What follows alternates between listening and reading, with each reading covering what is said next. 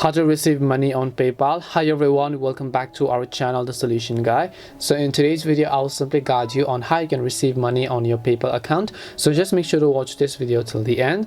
So in order to actually receive our money on PayPal, it's very simple, because when you open up PayPal and then when you want to send the money to someone, what do you need? You need their PayPal username. If you don't have the username, you can enter the number or their email address. So basically, if I try to send some money to someone, I'll just tap on send now.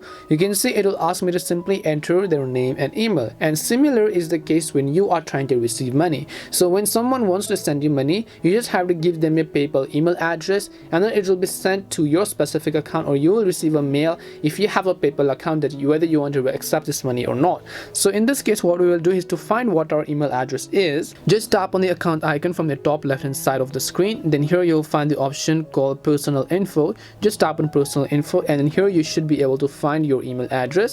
If you have a confirmed email address, you will receive money without any type of issues. And this is simply how you can receive money on PayPal. You need to have your name or your email address to send to the person who's sending it.